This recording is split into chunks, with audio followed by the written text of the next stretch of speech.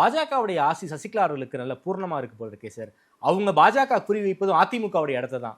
So AIADMK காலி ஆயிடுச்சு அப்படின்னா அந்த இடத்துல வந்து நாம வலுவா அந்த இடத்த பிடிச்சிக்கலாங்கிற ஆசை வந்து பாஜகவுக்கு இருக்கிற மாதிரி தெரியுது. அதற்காக சசிகலா அவர்களையும் தூண்டி விட்டு தனி கட்சி ஆரம்பிங்க, இரட்டை இலைக்கான ஓட்டை வந்து பிரிங்க அப்படிங்கிற ஒரு அசைன்மெண்ட் கொடுத்துருக்காங்க போல இருக்கே சார் பாஜகவும் சசிகலா அவர்களுக்கு. அரசியலில் ஒவ்வொரு நிலைப்பாடும் அந்த அந்த அந்த சூழ்நிலைகளுக்கு ஏற்பதான் நடக்கும்.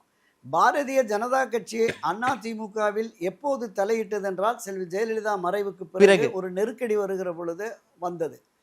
அந்த நெருக்கடியை உருவாக்கிய திரு ஓபிஎஸ் அவர்கள் முதல் தர்மயுத்தத்தை தொடங்கி அதிமுக ஆட்சி தொடர முடியாத ஒரு நிலை ஏற்பட்ட பொழுது அவங்க வந்து பஞ்சாயத்து பண்ணி இதை இணைத்து இந்த 4.5 ஆண்டுகள் எடப்பாடி பழனிசாமி முதலமைச்சராக தொடர்ந்த இந்த ஆட்சி தொடர்வதற்கு பாஜக தான் துணை.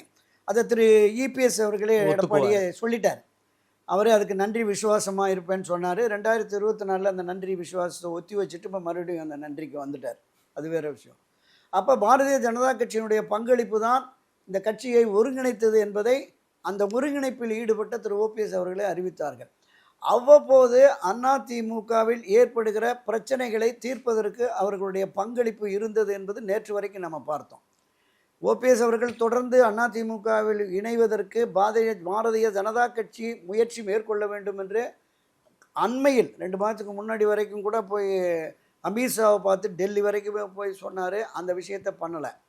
அப்போ இதில் ஏதோ ஒரு சூழ்ச்சி இருக்கிறது என்பது மேலோட்டமாக தெரிகிறது. உள்ளீடாக அது என்னன்னு நமக்கு தெரியலை.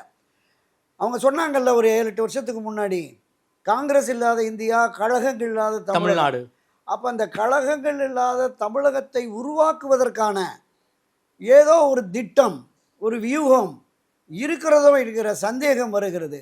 அந்த சந்தேகம் ஊர்ஜிதப்படுத்தப்பட்டால் நீங்கள் கேட்ட கேள்விக்கெல்லாம் பதில் கிடைக்கும்.